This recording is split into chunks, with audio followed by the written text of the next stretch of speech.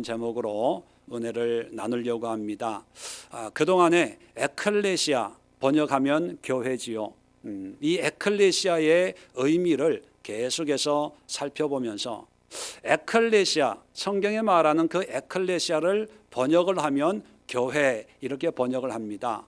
자, 그렇다면 교회를 번역을 하면 에클레시아 이렇게 이야기할 수 있을까요?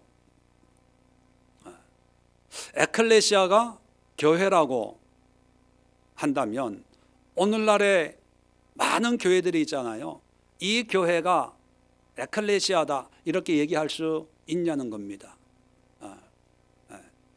참 대답하기가 선뜻 수긍하기가 어려운 그런 모습입니다. 왜냐하면 성경에 나와 있는 에클레시아는 분명히 교회 라고 우리가 볼 수가 있지요. 또 그런 가치를 가지고 신앙생활을 했습니다. 근데 오늘날 보면 많은 교회들이 있는데 그 교회들을 볼 때 과연 성경에 말하고 있는 그런 참된 교회, 에클레시아의 가치를 가지고 신앙생활하고 있냐라고 볼 때 물론 많은 교회가 그런 가치를 가지고 하나님의 쓰임받는 도구로 사용되고 있지만 또 한편으로는 과연 그럴까라고 하는 갸우뚱해지는 그런 교회들도 없지 않아 있다는 거죠. 그렇다면 다시 한번 성경에서 말하고 있는 참된 교회, 진정한 교회라고 하는 에클레시아가 걸어가는 믿음의 길은 어떤 모습일까 우리가 한번 살펴보면서 과연 이 시대의 교회, 우리 예수의 교회가 성경에서 말하는 참된 교회, 에클레시아의 신앙을 가지고 믿음 생활할 때 우리가 걸어가야 될 길은 어떤 길인가? 우리 스스로가 도전받고 또 결단하는 그런 시간을 가지려고 합니다. 오늘 본문을 통해서 16절에 보면 바울이 이런 얘기를 합니다. 내가 복음을 전할지라도 자랑할 것이 없으면 내가 부득불할 일임이라. 여러분, 부득불할 일이다. 부득불이라는 말은 어떤 의미입니까? 해도 되고 안 해도 되고 하는 게 아니라 반드시 해야 되는 거. 반드시.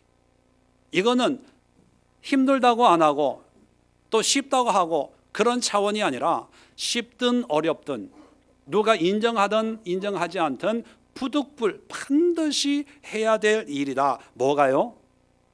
뭐가 부득불 일이에요? 복음 전하는 거, 복음 전하는 거. 자, 17절도 봅시다. 내가 내 자의로 이것을 행하면 이것을 행한다는 것은 뭐예요? 복음을 전하는 거죠. 상을 얻으려니와 내가 자의로 아니한다 할지라도 나는 사명을 받았노라. 사명을 받았다는데 무슨 사명을 받았어요? 복음 전하는 것을 사명이다 이렇게 얘기하는 거죠. 그러면 사명이 복음 전하는 거라면 이 복음 전하는 거는 시간이 있으면 전하고 시간이 없으면 안 전하고 그런 게 아니라 때와 장소와 환경과 여건과 상관없이 이 복음 전하는 것이 책임이고 의무고 사명이다 그런 의미입니다. 자, 18절에도 보면 그런즉 내 상이 무엇이냐? 자, 내 상급이 뭐냐라고 물은다면 이것이 내 상이다 그렇게 대답한다는 거죠. 18절에 내가 복음을 전할 때에 값없이 전하고 복음으로 말미암아 내게 있는 권리를 다 쓰지 아니하는 이것이로다. 자, 복음을 전하는데 값없이 전했다는 건 무슨 뜻이냐면 어떤 대가를 바라지 않고 어떤 나의 유익을 바라지 않고 그냥 복음을 전했고 또 내게 있는 권리를 쓰지 않았다. 이건 뭐냐면 내가 하나님 주신 권리가 있는데 또 당연히 누릴 만한 그런 상황과 여건이 되는데도 그런 것도 다 포기하고 뭐를 했다? 복음을 전했다는 거죠. 한마디로 얘기하면 바울은 복음으로 살고 복음을 전하고 복음 때문에 복음이 사명이고 복음이 삶의 의미고 복음이 바울을 바울되게 만들었다는 겁니다. 자, 그렇다면 이런 바울의 고백을 통해서 초기 에클레시아는 어떤 길을 걸어갔냐 하면 복음의 길, 말씀의 길을 걸었다는 거예요. 골로새서 1장 18절에 보면 예수님이 우리의 교회의 머리고 교회는 그의 몸이라, 그런 말씀이 있습니다. 예수님이 교회의 머리고 교회는 몸이라는 의미는 뭘까요? 우리의 몸으로 이제 교회를 비유하고 있는 거죠. 머리의 명령을 받아가지고 온 몸이 움직이는 거예요. 그죠? 팔을 올려라 내려라 하는 것도 이 머리에서 어떤 신경작용을 통해서 올리라고 할 때 손이 올라가고 내리라고 할 때 내리는 것처럼 이 교회라고 하는 것이 예수님의 몸이고 예수님이 머리라면 이 교회는 철저하게 머리이신 예수님의 지배와 통치와 명령에 따라서 행동을 해야 된다는 거죠. 자, 그러면 우리 인간에게는 어떤 신경, 자극을 통해서 온 몸이 움직인다면 예수님의 지배와 통치는 어떻게 이 교회에게 전달이 될까요? 그게 바로 말씀이라는 거예요. 말씀. 하나님의 말씀으로 교회는 움직이고 하나님의 말씀으로 교회는 모든 것을 결정하고 선택하고 그 말씀에 순종해서 모든 것이 이루어지는 것이 교회라는 것입니다. 그렇기 때문에 여러분, 교회라고 하는, 에클레시아라고 하는 것은 모든 결정과 선택이 말씀 중심, 복음 중심이에요. 그래서 바울은 이런 복음을 전하기 위해서 온 세상을 다니면서 하나님의 사명으로 이런 전도자의 삶을 살았다는 것입니다. 그런데 반대로 생각하면 복음으로 살지 않는 그런 사람들이 모여 있는 곳은 교회라고 부를 수가 없어요. 복음은 제쳐놓고 어떤 사람들의 필요나 시대의 어떤 상황이나 여건을 따라서 결정하고 선택하고 한다면 교회의 모습은 갖추고 있지만 진정한 교회는 아니라는 것입니다. 그래서 우리 믿음의 선배들인 이 초기 기독교인들은요, 핍박과 순교와 여러 가지 어려움과 환난 속에서도 모여서 뭘 했냐? 하나님의 말씀, 예수님의 말씀, 복음을 사모하고 복음을 듣고 싶고 복음으로 순종하고 말씀에 복종하는 그런 믿음의 삶을 살아서 오늘날까지 교회가 이어지고 있다는 것입니다. 그러면 신약 시대만 이렇게 복음으로 살았냐? 아닙니다. 사도행전 7장에 보면 스데반이 순교하기 전에 장문의 설교를 하는데 스데반이 뭐라고 얘기하냐면 사도행전 7장 38절에 시내산에서 말하던 그 천사와 우리 조상들과 함께 광야 교회에 있었고, 자, 광야 교회라는 말이 나옵니다. 400년 동안 애굽에 살던 이스라엘 백성들이 홍해를 건너서 광야로 나왔잖아요. 200만이나 되는 그 이스라엘 백성들의 무리를 광야 교회다 이렇게 보는 거예요. 왜냐하면 하나님께서 택하셔서 불러낸 사람들이기 때문에 광야 교회다 그렇게 얘기하고, 이어서 또 살아있는 말씀을 받아 우리에게 주던 자가 이 사람이라. 자, 모세에 대해서 얘기하고 있습니다. 모세를 광야 교회에서 살아있는 말씀을 하나님으로부터 받아서 우리에게 주었던 사람이 모세다 이렇게 기록을 하고 있어요. 자, 광야 교회가 세워졌습니다. 그 광야 교회에 살아있는 말씀, 우리는 구약에 보면 율법이라고 하는 십계명이라고 하는 하나님의 말씀을 모세를 통해서 광야 교회에 주었죠. 자, 그러면 우리는 너무나 잘 알고 있는 사실입니다. 모세는 이런 하나님의 살아있는 말씀을 어디에서 받았나요? 어디에서 받았어요? 시내산에서. 자, 하나님의 말씀을 시내산에서 모세가 받았는데 모세는 이 하나님의 말씀을 받기 위해서 어떤 수고를 했을까요? 어떤 노력을 했을까요? 당연하게 시내산에 올라갔겠죠. 뭐 우리가 문수산에 올라가는 것처럼 시내산에 올라갔겠죠. 뭐. 자, 시내산에 올라갔는데 여러분, 시내산은요, 여러분 성지순례 가보신 분 계세요? 시내산에 올라가 보신 분만 아멘. 없어요? 다행입니다. 저도 안 가봤거든요. 제가 얘기하면 가본 사람은 에이 그게 아닌데 뭐 이러면 안 되니까 좀 거짓말 해도 되겠네요. 시내산은 해발 한 2200m, 정확하게는 2285m 정도 된대요. 근데 가면 다 돌산이에요. 지금도 성지순례를 하는 사람들이 끊임없이 이제 오르는데 해 뜨는 걸 한번 보려면요 자정에 출발을 해야 된대요, 호텔에서. 그래서 지금은 좀 이렇게 돌산이지만 그래도 어느 정도 길은 나 있으니까 적어도 왕복하는데 8시간 걸린답니다. 8시간. 보통 사람이 올라가도 한 5시간, 내려오는 건 시간이 좀 짧으니까 5시간, 4시간, 5시간을 열심히 올라 깜깜한 밤에 헤드랜턴 끼고 돌이니까 올라가야 정상에 오를 수 있는 그런 산입니다. 근데 모세 시대는 지금으로부터 4,000년 전 사람이거든요. 4,000년 전에 무슨 등산로 뭐 이렇게 길이 닦여져 있겠습니까? 더 지금보다 더 험하고 더 상황이 안 좋았겠죠. 그리고 모세의 나이가 몇 살입니까? 80이에요. 80. 80세 된 노인이 지팡이 하나 들고 시내산에 올라가는 게 쉬울까요? 어려울까요? 어려워요. 그런데 이 80세 된 이 모세가 살아있는 하나님의 말씀을 받기 위해서 시내산에 올라갔는데 몇 번 올라갔을까요?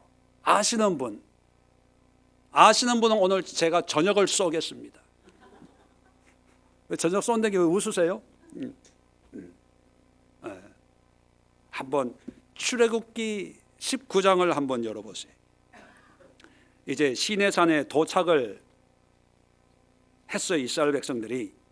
자, 도착을 해가지고 출애굽기 19장 3절 봅니다. 자, 모세가 하나님 앞에 올라가니. 자, 시내산에 올라가요. 몇 시간 걸린다고요? 적어도 5시간. 그때는 5시간을 올라가는 거예요. 자, 올라가서 7절에 모세가 내려와요. 자, 이게 첫 번째 올라가는 거예요. 자, 8절에 보면 내려와 가지고 백성이 일제히 응답하여 이르되 여호와께서 명령하신 대로 우리가 다 행하리이다. 그렇게 얘기합니다. 이 얘기를 듣고 모세가 백성의 말을 여호와께 전하매. 자, 하나님께 전하러 어디로 올라가요? 시내산에 올라가요. 올라간다는 말은 없지만 모세가 백성의 말을 여호와께 전하매 하고 14절 보세요. 모세가 산에서 내려와. 자, 몇 번째예요? 네, 두 번째예요. 자, 내려와서 이제 하나님의 말씀을 전합니다. 자, 19장 20절 보세요.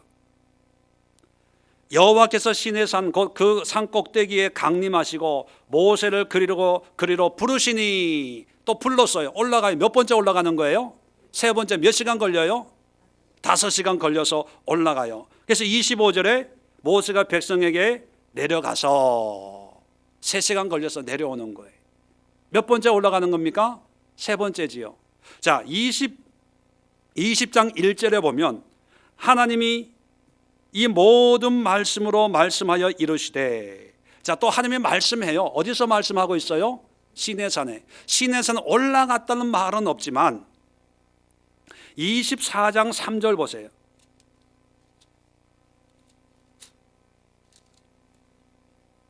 24장 3절까지 이제 하나님이 말씀하는 거예요. 이 내용 가운데 이제 십계명 뭐 이런 것도 있고, 자, 그래서 모세가 왔다는 것은 내려왔다는 거예요. 그래서 하나님께 받은 말씀을 백성들에게 다 전하는 거예요. 몇 번째입니까? 네 번째. 자, 9절에 보세요. 24장 9절에 모세와 아론과 나답과 아비후와 이스라엘 장로 70인이 올라가서 몇 시간 걸렸을까요? 5시간. 몇 살 된 분이 80세. 이정철 집사님은 뛰어갈 수 있는 자, 올라가요. 자, 올라가서 9절에 뭐 내려왔다는 말씀은 없지만 이제 11절에 보면 그들은 하늘을 뵙고 먹고 마셨더라라고 기록되어 있어요. 내려왔다는 얘기는 없어요. 자, 12절에 오면 하나님이 또 말씀하세요. 여호와께서 모세에게 이르시되 너는 산에 올라 내게로 와서 거기에 있으라. 또 올라오래요. 그러니까 이게 몇 번째입니까? 6번째. 자, 올라왔는데 32장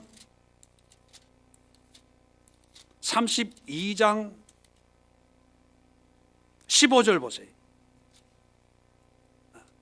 여기가 이제 6번째 올라갔을 때 이제 십계명을 주고 뭐 성막 만들고 하는 거예요. 32장 15절 보면 모세가 돌이켜 산에서 내려오는데 내려와요. 왜 내려오냐면 십계명 받고 하는데 밑에서는 금송아지 만들고 난리가 아니니까 하나님이 내려 보내시는 거예요. 자, 몇 번째 올라갔다 내려오는 거예요? 7번째. 자, 그 다음에 보세요. 30절 32장 30절 이튿날 모세가 백성에게 이르되 너희가 큰 죄를 범하였도다. 내가 이제 여호와께로 올라가노니. 또 이제 올라가요. 두 번째 그 십계명을 받으려고 올라가요. 그럼 몇 번째 올라가는 거예요? 8번째, 7번째예요. 하여튼 뭐 그건 나중에 여러분이 잘 생각해 보십시오. 그게 중요한 게 아니니까. 34장 한번 보세요. 34장.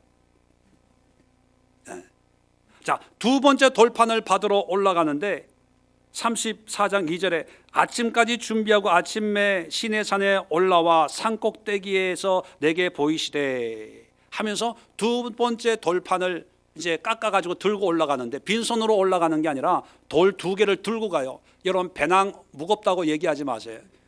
80세 된 할아버지는 돌 2개 들고 몇 시간 올라갔다고요? 5시간을 올라간 거예요.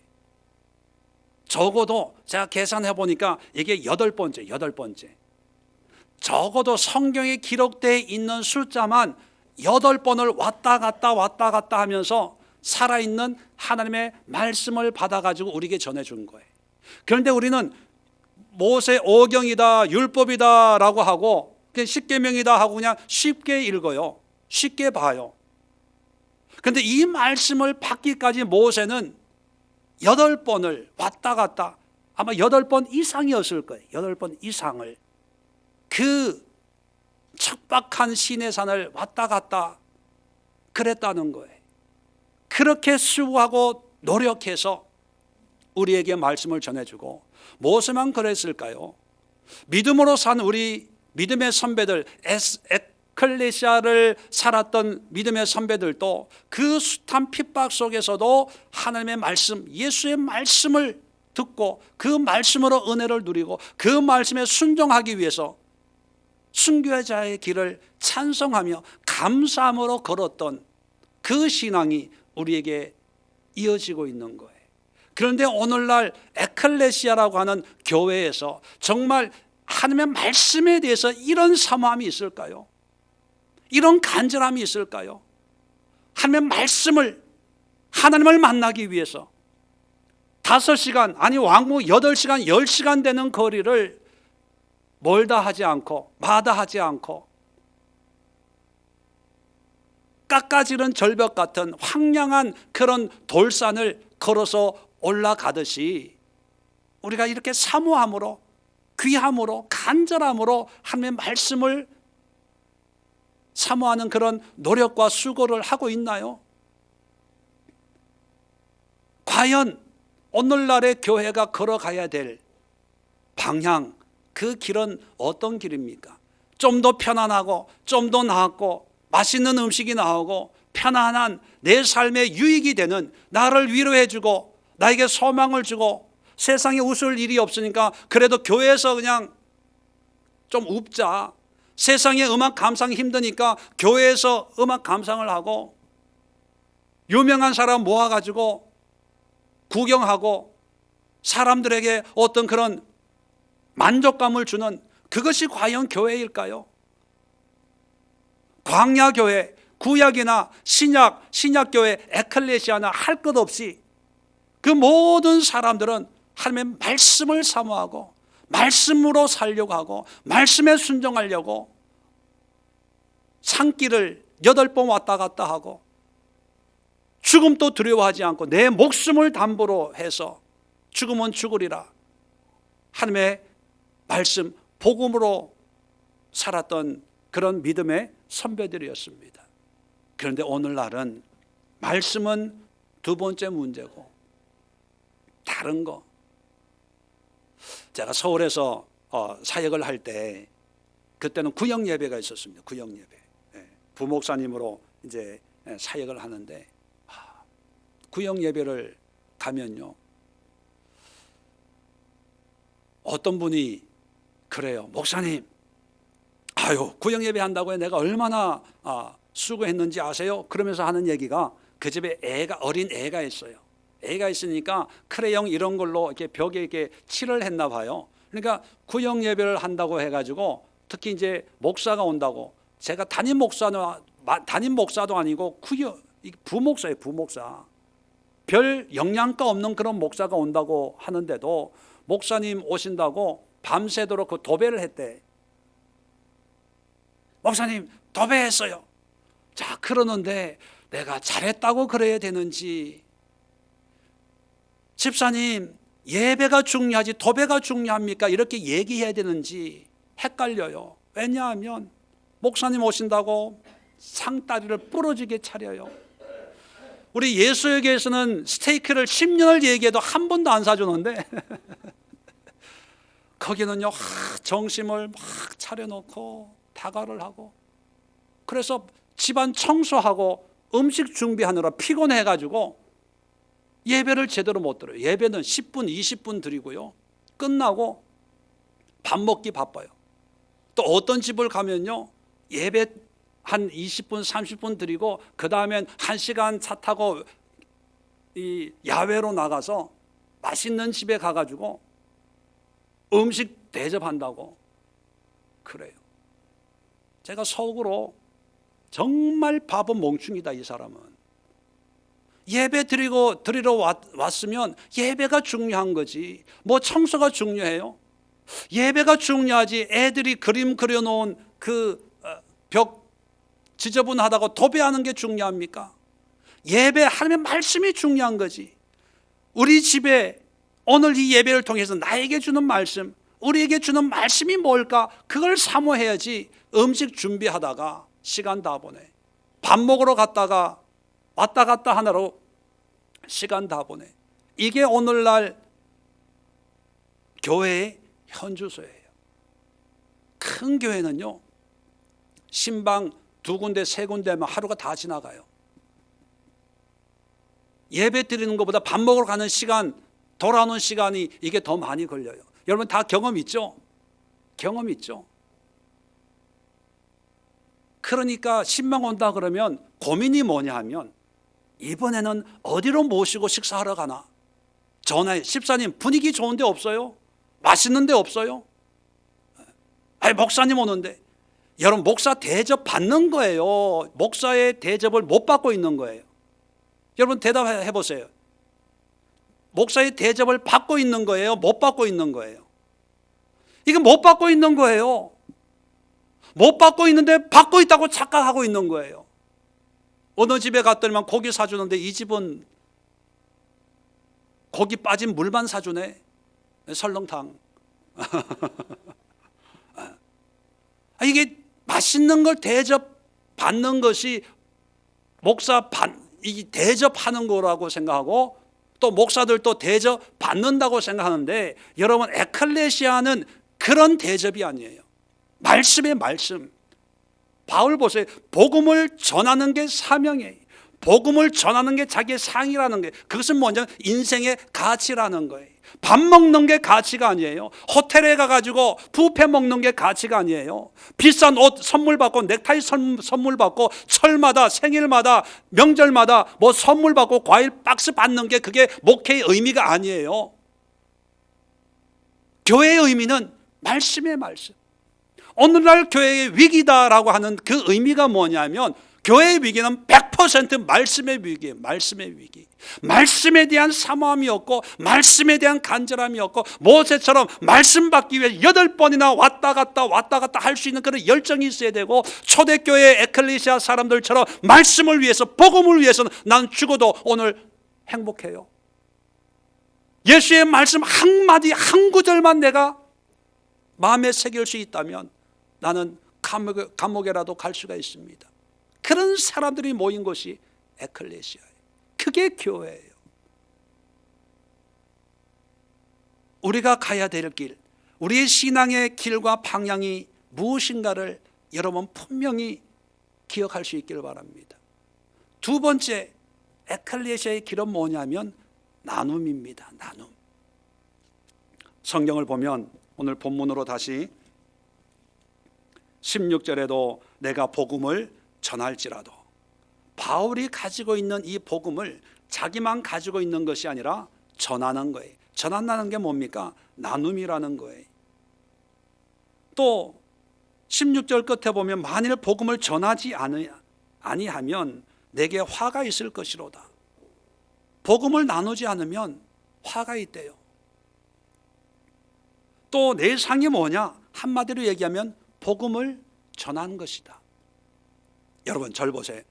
에클레시아의 원래의 의미를 말씀을 드렸죠.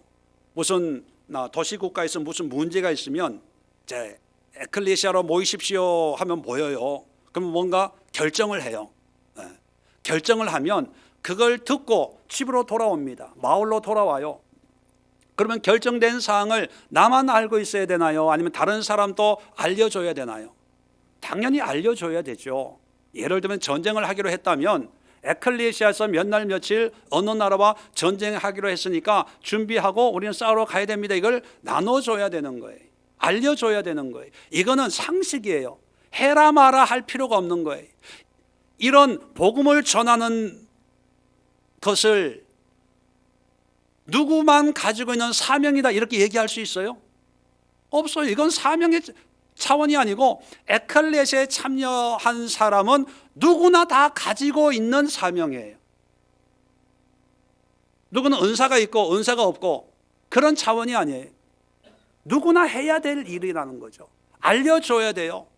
왜? 나만의 문제가 아니거든요.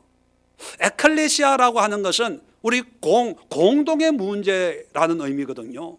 그러면 에클레시아에 참석 안 한 사람들에게 알려줘야 되고, 또 알려줄 때 전쟁하기로 했어 그러면 다 맞아, 역시 우리는 전쟁이야, 전쟁이 체질이야, 전쟁이 습관이야, 난 전쟁할 때가 제일 행복하더라, 그런 사람이 있을까요? 왜 해? 다치면 어떡하려고, 나 바빠, 농사 져야 돼, 그럴 사람들 있을 거 아닙니까? 그러면 어떻게 해야 됩니까? 그냥 알리는 차원이 아니라 설득을 해야 돼.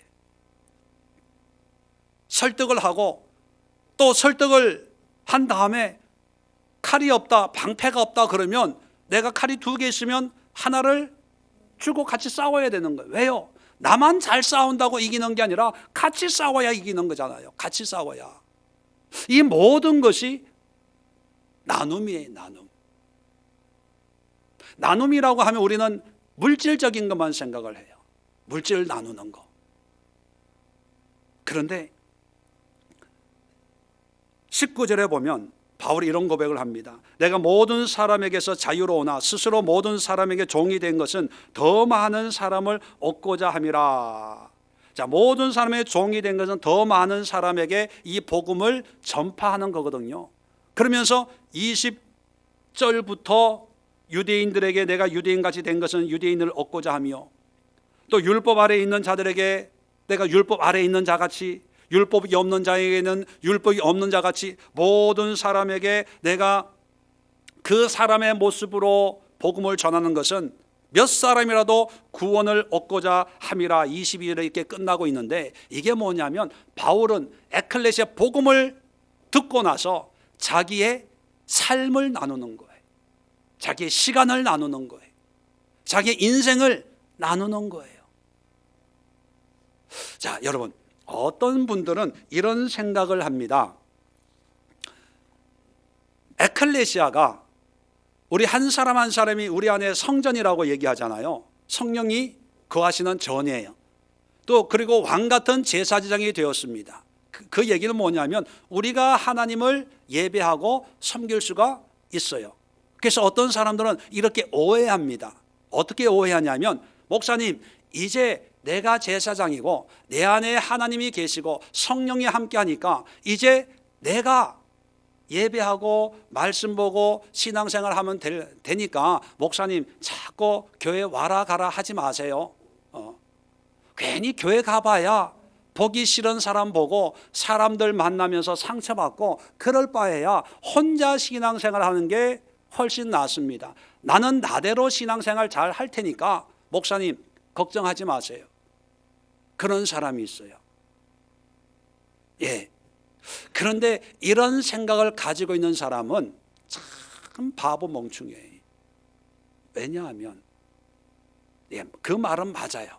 혼자 모여 있어도 에클레시아고 흩어져도 에클레시아라고 말씀을 드렸습니다. 그런데 흩어져 있는 혼자 신앙생활하는 그런 에클레시아는 어떤 상황이 다가오냐 하면, 하나님은 반드시 에클레시아를 하나님이 테스트할 때가 있어요. 또 마귀는 에클레시아의 삶을 사는 성도들을 반드시 시험합니다. 유혹해요. 그만 가만히 안 둬요. 왜냐하면 이 마귀 권세 어둠의 세상을 살던 사람을 하나님이 하나님의 백성으로 만들었잖아요. 하나님의 나라잖아요. 빛과 어둠이 있는데 이제 빛이 있어요. 그러면 이 세상과 갈등이 있을까요, 없을까요? 반드시 있어요. 반드시 100% 있어요. 갈등이 있다는 것은 문제가 있다는 얘기거든요. 그 문제, 어려움이 늘 찾아와요. 그런데 그 어려운 문제를 혼자 극복할 수가 있을까요? 없어요. 아담도 에클레시아로 하나님이 에덴 동산에 창조하셨어요. 혼자 있는 것을 보기에 좋았더라, 보기에 좋지 않더라. 예, 보기에 좋지 않았어요. 그래서 하와를 붙여준 거예요. 하와를. 혼자는 절대로 하나님의 사명을 감당할 수가 없다는 거예요.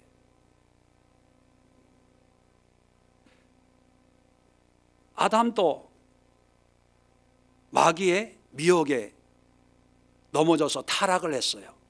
자, 그 다음에 노아를 통해서 하나님이 심판하시고 새 하나님의 역사를 쓰려고 했어요. 자, 그런데 노아 홍수 지난 뒤에 노아가 새 땅에 가서 살 때 마귀가 가만뒀나요? 시험했나요? 어떻게 시험했어요? 술 취해서 자기의 하체를 보임으로 새 아들들에게 이제 저주가 임하게 되는 거죠. 반드시 시험이 있다니까요. 아브라함도 복의 조상으로 하나님의 축복을 받았지만 하나님이 테스트 하나요, 안 하나요? 했어요. 어디에서? 모리아산에서 아들 이삭을 바치라. 항상 테스트를 해요. 다윗도 나라가 안정이 되고 이제 편안해졌을 때 시험이 왔나요, 안 왔나요? 왔어요. 어떤 시험? 밧세바의 음란의 시험이 찾아와요. 구약에만 이런 게 아니라 신약 시대, 신약 교회, 에클레시아에도 시험이 있었을까요, 없었을까요? 있었어요. 어떤 시험들? 여러분 어떻게 합니까?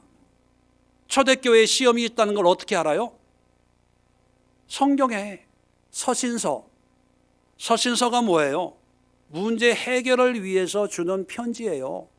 서신서 고린도 전서가 있고 후서가 있고 디모데 전서가 있고 후서가 있다는 얘기는 고린도 교회에 문제가 있다는 거예요. 어려움이 있다는 거예요. 그런데 혼자는 그걸 절대로 풀어나갈 수가 없어요. 고린도전서 3장에도 보면 신앙을 집을 짓는 것을 비유합니다. 어떤 사람은 금으로, 어떤 사람은 은으로, 어떤 사람은 보석으로, 어떤 사람은 나무로, 어떤 사람은 짚으로 짓는데 괜찮다는 거예요. 다 각기 자기의 신앙을 지어가는데, 그런데 하나님이 반드시 때가 되면 공적을 밝힌대요. 그 공적을 뭘로 밝힌다? 불로 밝힌다는 거예요. 불로 밝혀서 불 태워가지고 그대로 있으면 상을 주고 타버리면 책망하신다고 3장에 있어요. 여러분, 혼자 신앙생활하는 건 괜찮아요.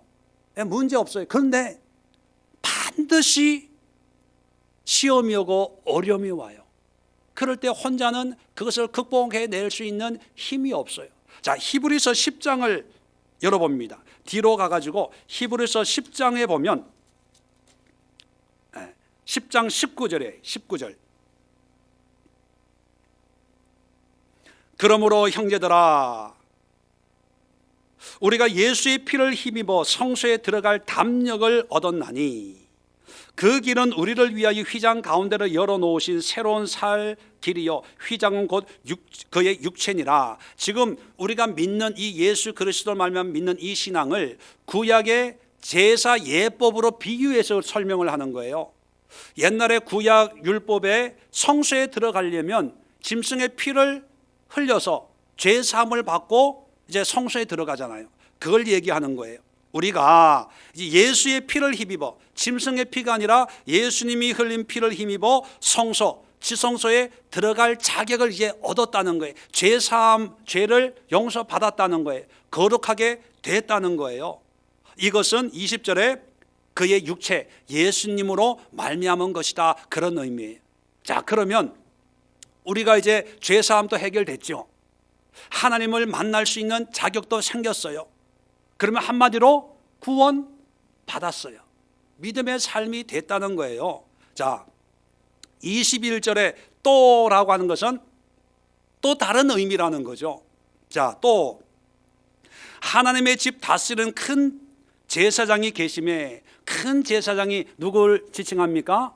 예수님을 지칭해요. 자, 22절에 우리가 마음에 뿌림을 받았다는 것은 구약의 짐승의 피를 뿌림으로 이제 정결하게 거룩하게 됐다는 그런 의미처럼 예수의 피로 말미암아 우리가 깨끗하고 정결하게 된 거예요. 악한 양심으로부터 벗어나 몸은 맑은 물로 씻음을 받았으니, 몸은 맑은 물로 씻었다는 것은 이제 번제단에서 짐승을 잡아서 피를 뿌리고 그 다음에 성막에 가면 뭐가 있어요? 노스로 만든 물두멍이 있어요. 물두멍에 이제 피 이런 거 손이 더러워졌을 거 아니에요. 그것을 깨끗하게 이제 씻는 거예요. 씻고 나서 성소에 들어가는 거죠. 자, 씻음을 받았으니, 자, 손을 물두멍에 씻었다면 이제 갈 곳은 딱 하나밖에 없는 거예요. 어디로 가는 거예요? 성소로, 지성소로.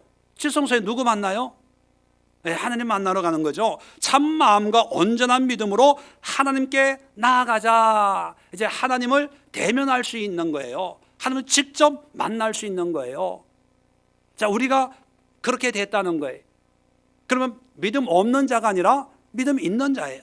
죄가 이제 없어요. 거룩해졌어요. 하나님을 만나고 하나님을 예배할 수 있는 자가 됐어요. 그죠? 믿음의 사람이 됐다는 얘기예요. 자, 그걸로 끝나는 것이 아니라 23절 보세요. 또예요. 또 다른 의미예요. 또 약속하신 이는 미쁘시니, 미쁘다는 말은 믿을만하다, 신뢰할만하다는 뜻이에요. 자, 미쁘시는데 우리가 믿는 도리의 소망을 움직이지 말고 굳게 잡아. 여러분, 한 번 성소에 들어갔다고 해서 끝나는 게 아니라 성소에 사는 게 아니잖아요. 성소에 들어가서 하나님을 만나면 그 다음에 어떻게 돼요? 나와야 돼요. 나와서 어디로 가요? 자기 집으로 가야 돼요. 일터로 가야 돼요. 삶의 현장으로 가야 돼요. 자, 어제 성소 가서 은혜로운 예배 드렸어요. 오늘 직장 출근해요. 그러면 그 은혜가 우리에게 계속 있나요? 아니면 흔들리나요? 오늘 회식할까 말까? 오늘도 여전히 이슬을 먹으면서 오늘은 빨간 걸로 할까? 그냥 할까? 무슨 얘기인지 모르시는 분은 신앙생활 제대로 하고 있는 거예요. 흔들리잖아요. 자, 그러니까 하나님을 만났다고 끝나는 게 아니라, 죄 씻음 받았다고 끝나는 게 아니라, 피 뿌림을 받았다고 끝나는 게 아니라, 우리의 삶의 현장에서 믿는 도리의 소망을 움직이지 말며 굳게 잡아야 돼요. 그러기 위해서 24절에 서로 돌아보아.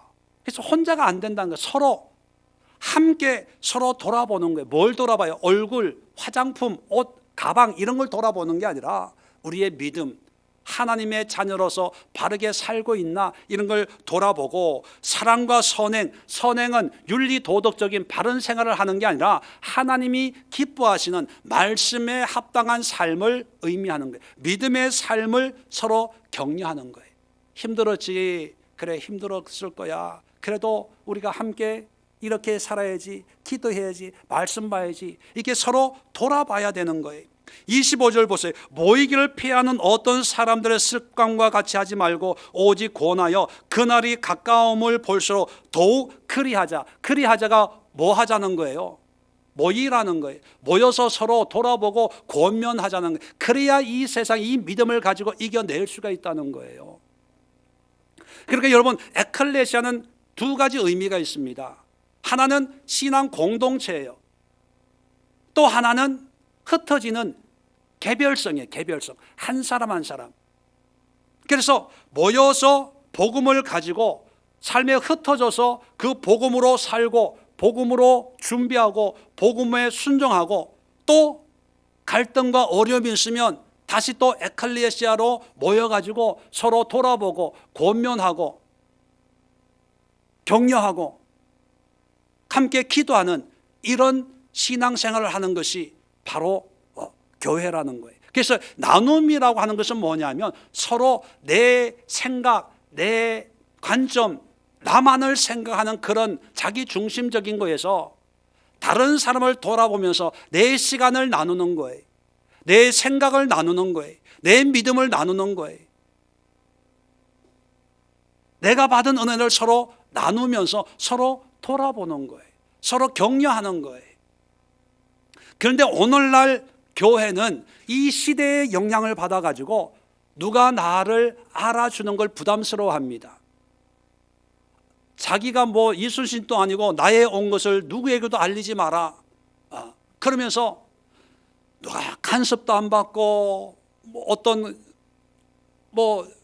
이런 나눔이나 격려나 이런 거를 부담스러워하고 그저 내 믿음 내가 가지고 내가 열심히 하면 되지 뭐라고 하는데, 그것을 자기의 믿음이고 신앙이라고 생각하는데, 이미 그런 신앙은 오래가면요 자기가 만든 자기 우상의 하나님을 섬겨요. 자기만의 예수, 자기만의 신앙으로 변질되고 맙니다. 그런데 그 본인은 그걸 몰라요.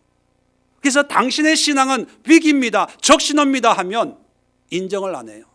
왜 내가 예배하는데, 기도하는데 꼭 교회 가서 신앙생활 해야 됩니까? 꼭 성경 공부해야 됩니까? 꼭 목사님 교회 가야 됩니까? 그렇게 반박을 해요. 우리 교회 안 와도 돼요. 제 설교 안 들어도 돼요. 그런데 날마다 내 믿음과 신앙을 굳건하게 붙들고 하나님의 말씀에 순종하는 삶을 살기 위해서 격려가 필요하고, 또 점검이 필요하고, 과연 이것이 하나님의 뜻인지 내 욕심인지 분별할 수 있는 분별력이 끊임없이 공급을 받아야 돼요. 자극을 받아야 돼요. 또 신앙생활 하면서 나만 생각하는 것이 아니라 옆에 있는 사람들 돌아보면서 내가 시간과 정성과 물질과 이 모든 것을 함께 나누는 그런 나눔의 장이 반드시 있어야 됩니다.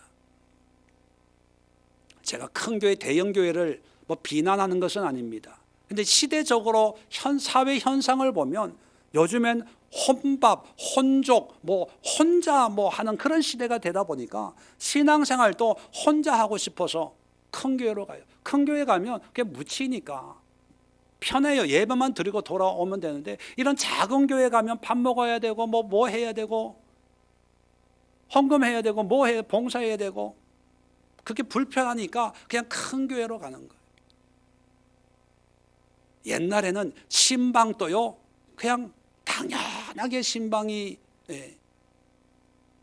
있다고 생각을 했는데, 요즘에는 1년에 한두 번 누가 목사님이 우리 집에 오는 게 불편한 거예요. 우리의 내면을 드러내는 게 이게 부끄럽고 창피하다고 생각하고, 그냥 교회에 있는 내 모습만 그냥 알아주세요. 그거예요. 돌아보는 것도 부담스러워하고, 사랑과 선행을 격려하는 것도 부담스러워하고, 모이는 것도 부담스러워해요. 성경과 거꾸로 돌아가는 거예요. 그런 의미에서 참 이게 대형화가 되는 게 참 이게 재정적으로는 좋지만 영적으로는요, 병들어가는 거예요. 그래서 어떤 목사님은 교회 대형화가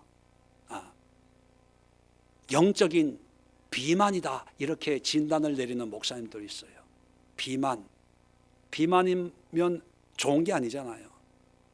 각양 성인병이 이제 시작이 되는 게 이게 비만이거든요. 요즘 의사 가면 단골로 얘기하는 게 뭐예요? 뭐 하라고 얘기해요? 운동하라고 얘기하잖아요. 운동하라고. 운동이 뭐예요? 나누는 거예요. 시간을, 마음을, 정성을, 생각을 먹는 게만 하지 말고 온몸을 움직여서 운동하라는 거. 근데 오늘날 바울처럼 생명을 담보로 해서 복음을 전하고 한 영혼을 구원하기 위해서 내 삶을 드리고, 나 혼자 살기도 바쁜데 언제 그렇게 하냐고. 출근하고 퇴근하고 집에 와서 잠자면 끝인데 언제 성경 공부 가냐고. 다 그런 시대가 됐어요. 그런 시대에 이런 설교하면 그냥 목사니까, 교회니까 자꾸 오라 그러는구나, 공부하자 그러는구나, 사람들 긁어 모으려고 그러는구나. 그게 아니에요. 그렇게 되어야 내 삶의 에클레시아가 온전하게 건강한 에클레시아의 삶을 살 수가 있는 거예요. 마지막으로 우리 에클레시아가 가야 될 길은요, 사람이라는 거예요. 사람. 바울도 오늘 성경을 보면 한 사람을 구원하기 위해서 유대인에는 유대인 같이 하고 이방인은 이방인 같이 하고, 22절에 약한 자들에게는 내가 약한 자와 같이 된 것은 약한 자를 얻고자 함이라.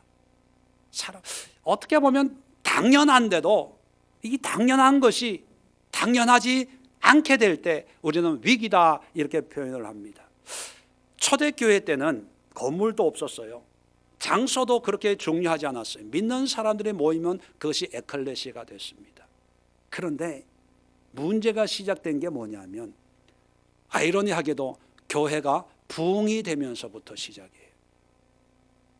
로마가 기독교를 공인을 하다 보니까 믿는 사람들이 이제 자발적으로 모여들기 시작하니까, 이제 믿는 사람들이 모여야 될 장소가 필요하게 되지 않습니까? 그러니까 그 장소를 작게 짓는 게 아니라 사람이 많은 게 크게 줄 수밖에 없죠. 그래서 처음에 이 에클레시아가 건물을 지을 때 그 건물의 이름을 어떻게 붙였냐면 바실리카라고 불렀어요. 바실리카라는 말은 기원전부터 쭉 사용해 오던 단어인데 뭐냐면 이 공공 건물을 바실리카라 그래요. 회의장, 또 법원, 재판소 있잖아요. 이런 극장, 이런 것을 바실리카 그렇게 불렀어요. 그래서 에클레시아가 건물을 세우고 그 건물의 이름을 바실리카로 불렀어요. 그래서 여러분, 그 로마에 가면 성 베드로 성당이 있습니다. 그 성 베드로 성당의 원래 이름이 뭔지 아세요? 바실리카 생티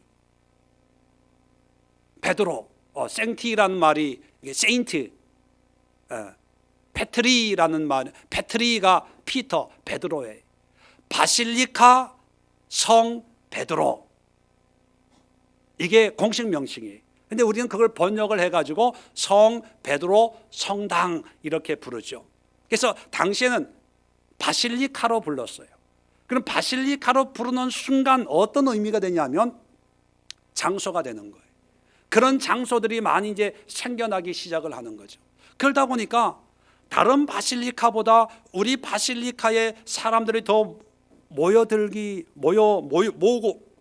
싶잖아요.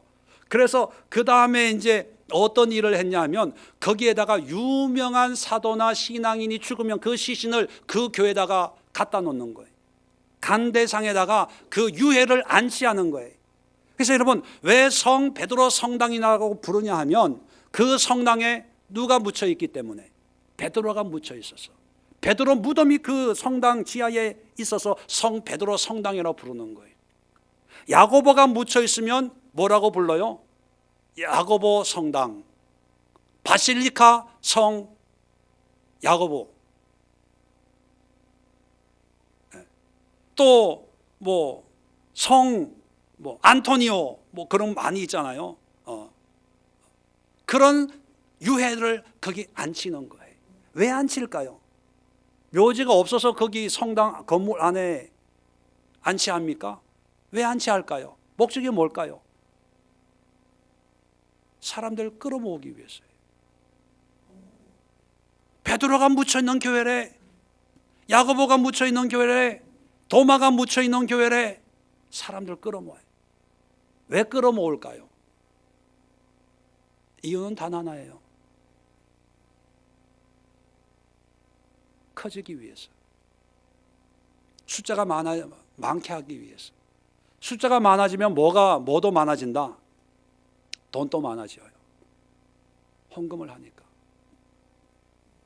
자, 이런 바실리카를 세계 역사를 공부하면 알겠지만 로마가 지배하고 있을 때 게르만 민족, 북쪽에 있는 독일 사람, 독일이 게르만, 절만 아닙니까? 게르만 민족이 대이동을 하면서 로마로 쳐들어와요.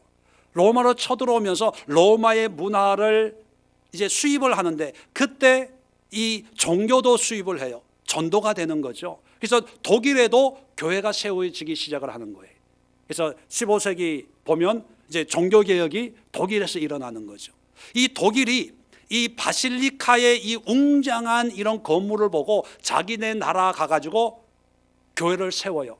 그럴 때 라틴어로 바실리카인데 독일어로는 키르케라고 불러요. 키르케. 큰 사람들이 모이는 건물, 키르케라고 불렀는데 이 키르케라는 독일어가 영국으로 가서 영어가 되면서 처치가 된 거예요. 그래서 오늘날 교회, 철치 이렇게 부르잖아요. 이 철치, 키르케 바실리카의 의미는 교회를 건물로 사람들이 모이는 어떤 공간의 의미를 가지고 그렇게 불렀어요. 그러다 보니까 오늘날 교회 하면 뭐부터 생각해요? 어디에 있는 교회냐? 어떤 교파냐? 몇 명이 모이냐? 또 누가 교회를 시작한다고 하면 제일 먼저 생각하는 게 어딜까요? 어디에서 시작하냐? 땅은 몇 평을 살까? 건물은 몇 평으로 지을까? 성전은 몇 석으로 지을까? 이게 다 바실리카 개념이에요. 근데 원래 에클레시아는 그런 개념이 아니었거든요. 그건 전혀 상관이 없었어요. 원래 에클레시아는 한 사람, 믿는 사람이 모이면 그것이 집이어도 괜찮고 사무실이어도 괜찮고 그것이 길바닥이어도 괜찮고 시장바닥이어도 괜찮았거든요. 한 영혼을 위해서, 한 영혼을 살리기 위해서 바울은 모든 걸 자기의 자유 권리를 내놓고 유대인이면 내가 유대인처럼, 이방인이면 내가 이방인처럼, 저 사람이 약한 자면 나도 약하게 한 영혼을 위해서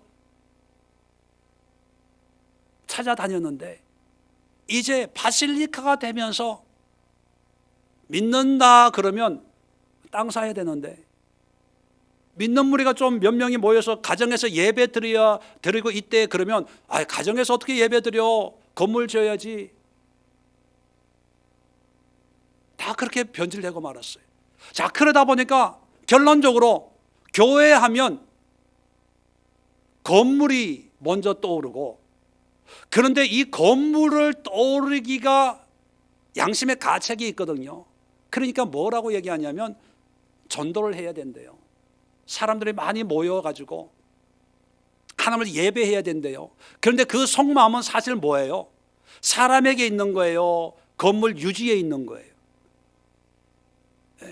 제가 모든 교회가 이렇다는 얘기가 아니에요. 점검해 보자는 거예요. 정말 이 시대에도 에클레시아의 삶을, 그 가치를 가지고 하나님 앞에 기도하며 말씀으로 살아가는 그런 교회가 있지만, 일부 타락한 그런 교회들은 우리는 종교개혁을 하면서 중세 카톨릭을 손가락질하고 조롱하고 비웃습니다. 면죄부를 팔아먹었다고, 교회 지려고 구원을 팔아먹었다고, 사제들의 배를 채우려고 예수를 팔아먹었다고 손가락질하고, 우리는 개신교, 기독교라고 큰 소리를 칩니다. 그런데 500년 지난 지금 보면 어떤 면에서 카톨릭이 했던 똑같은 짓거리를 교회의 이름으로, 주의 종의 이름으로, 신앙의 이름으로 똑같이 하고 있는 건 아닐까, 그런 생각이 들 때가 있다는 거죠.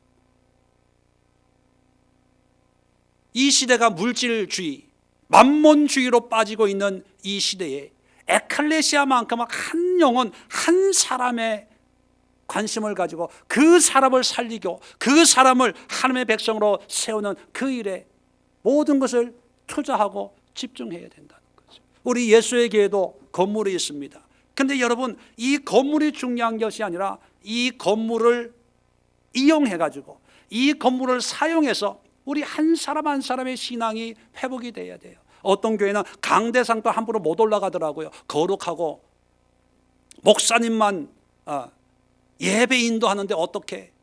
근데 여러분, 저희 예수의 교회만큼은요, 교회 건물은 여러분 도구로 쓰십시오. 올라와도 돼요. 애들 막 드럼 치는데요, 제가 한 번도 드럼 치면 안 돼, 그런 얘기를 안 했어요. 왜요?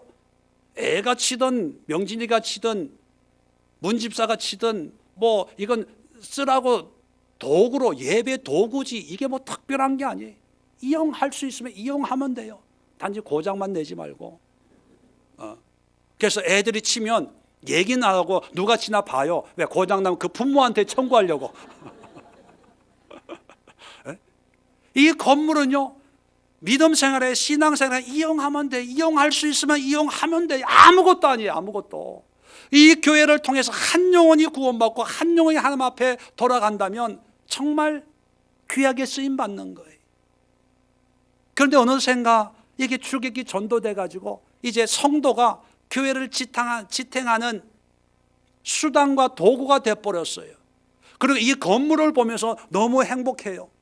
화려한 웅장한 그런 예배당을 보면서 너무 행복해하고 있는 그런 모습을 보면서 과연 이런 것이 에클레시아일까, 아니면 자기들만의 왕국, 자기들만의 나라, 자기들만의 교회일까 헷갈릴 때가 있습니다. 여러분, 오늘 우리가 가야 될 길, 적어도 세상은 어떠하든지 세상 비난하고 뭐 손가락질 할 필요 없이 우리가 하나님의 에클레시아로서 어떠한 신앙의 여정을 걸어가야 될지 세 가지를 말씀을 드렸습니다. 첫 번째는 말씀, 복음이에요. 여기에 생명 거세요. 80 먹은 노인도 살아있는 말씀을 위해서 8번 오르락 내리락 했다면, 여러분, 교회 오는 거 불평하지 마세요. 성경 공부 오는 거 불평하지 마세요. 기도하러 오는 거 불평하지 마세요. 두 번째는 나눔이에요. 혼자 있지 마세요. 나눔을 하세요. 삶을 나누고. 교회에서 은혜 받았다면 집에서 나누세요. 직장에서 나누세요. 세상 것으로 나누지 말고 복음으로, 믿음으로 나누십시오. 세 번째는요, 사람이 중요하다. 사람의 관심을 가지세요.